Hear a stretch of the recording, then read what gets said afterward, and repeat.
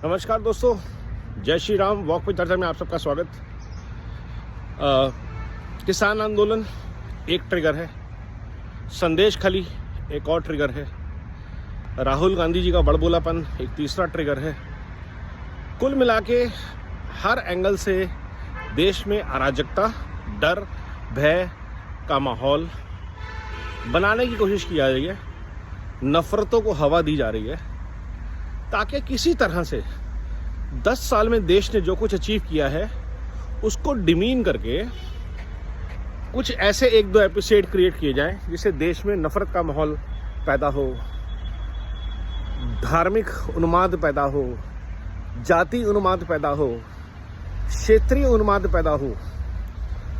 और ये लोग कौन लोग कर सकते हैं? जो लोग कहते हैं भाजपा ही कर रही है, उनको तो ये पता होना चाहिए भाजपा को तो जीतना है, तो भाजपा तो ऐसी हरकतें करेगी नहीं। कौन करेगा ये हरकतें?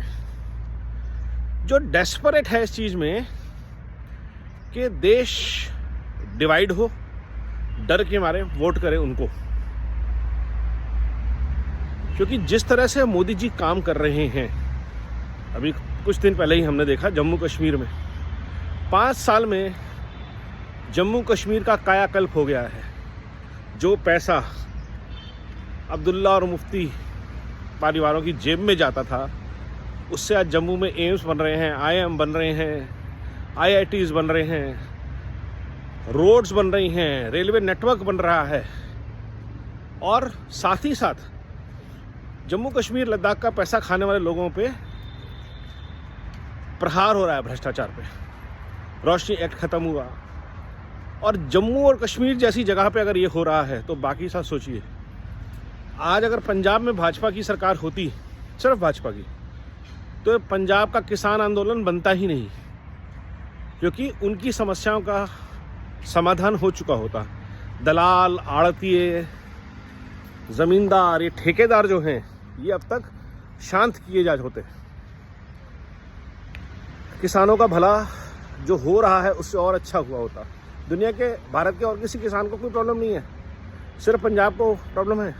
और सोचने की बात है, जब किसान, सो कॉल्ड किसान यहाँ पर हैं, तो पंजाब के खेतों में खेती कहाँ से हो रही है? फसलें कौन उगा रहा है? क्योंकि ये किसान है ही नहीं। जैसे राहुल गांधी की लोगों की जो रैलियों में जो 10, 20, 50, 100 लोग दिखते हैं, वो वोटर नहीं है, वो एंटरटेनमेंट के लिए आते हैं। और उनको देख के वो जैसी ऊट पटांग बातें करते हैं, उससे देश का विश्वास और मजबूत हो रहा है। वो लोग सोच रहे हैं कि इन्होंने मोदी के खिलाफ हवा बना दी, बट शायद उनको ये पता नहीं है कि ये देश अब इतना जाग चुका है और इतना अटूट विश्वास करता है भाजपा के नेतृत्व पे, नरेंद्र मोदी जी के नेतृत्व पे, कि क्योंकि उन्होंने काम किया है।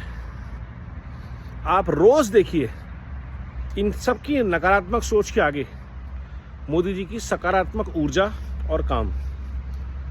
जो काम जिनकी शिलान्यास वो करते हैं, उसका उद्घाटन भी वो करते हैं। ये भारत में एक आमूलचूल व्यवस्था परिवर्तन है, जहाँ पे अकाउंटेबिलिटी, डिलीवरेबल्स तय होते हैं। हर मिनिस्ट्री के, हर डिपार्टमेंट के, हर प्रदेश के, और कई केंद्र सरकारें हैं, कई राज्य सरकारें हैं जो केंद्र सरकार के साथ कंधे से कंधा मिला के चल रही हैं, और जहाँ पे भाजपा की सरकार नहीं भी है। उड़ीसा एक बहुत अच्छा एग्जाम्पल है उसका। कोई भी प्रोग्रेस, कोई भी रिपोर्ट, कोई भी काम आप उठा के देख लीजिए, सब में देश अव्वल चल रहा है। और अब ये किसकी बात कर रहे हैं? अब ये बात कर रहे हैं एब्स्ट्रैक्ट की। देश में डर का माहौल है, मुस्लिम डरा हुआ है देश का। धार्मिक उन्माद नहीं फैल पाया, सिखों को ले आए बीच में, खालिस्तान जिंदा। किसानों को खालिस्तान से क्या लेना? तो भारत को लगातार सचेत रहना है, लगातार हमें अपनी आवाज़ उठाते रहना है ऐसी अराजक शक्तियों के खिलाफ जिनका एकमात्र उद्देश्य है भारत तोड़ो, एक भारतीय को दूसरे भारतीय से लड़ाओ। और ये उस व्यक्ति के खिलाफ है जो कह रहा है एक भारत श्रेष्ठ Bharat, one nation one card, ऐसी बातें करने वाले, health benefits to all, Ujjwala, Ayushman Bharat, हर, और मैं एक मिडिल क्लास हूँ, और मैं यकीन से कह सकता हूँ कि सबसे ज़्यादा फ़ायदा गरीबों को हुआ है। हम सिर्फ टैक्स पे कर रहे हैं और हमें अपनी ज़िम्मेदारी का एहसास है, लेकिन जो हमारे टैक्स के पैसे पे ज़िंदा हैं उनको भी थोड़ी सी अपनी ज़िम्मेदारी का एहसास, थोड़ी शर्म होनी चाहिए, चाहे वो किसान हो चाहे वो नेता हो, कि एटलीस्ट हमारे पैसे की इतनी बेकदरी मत करिए, इतनी बेइज्जती मत कीजिए कि खाएं भी और गुर्राएं भी। हमारे ही पैसे से आपको एमएसपी भी मिले, हमारे पैसे से आपको बंगले भी मिले, कोठियाँ भी मिले, और आप हमारी ही ज़िंदगी हराम कर दें, ये तो कोई गलत बात है। मजबूर मत कीजिए हमें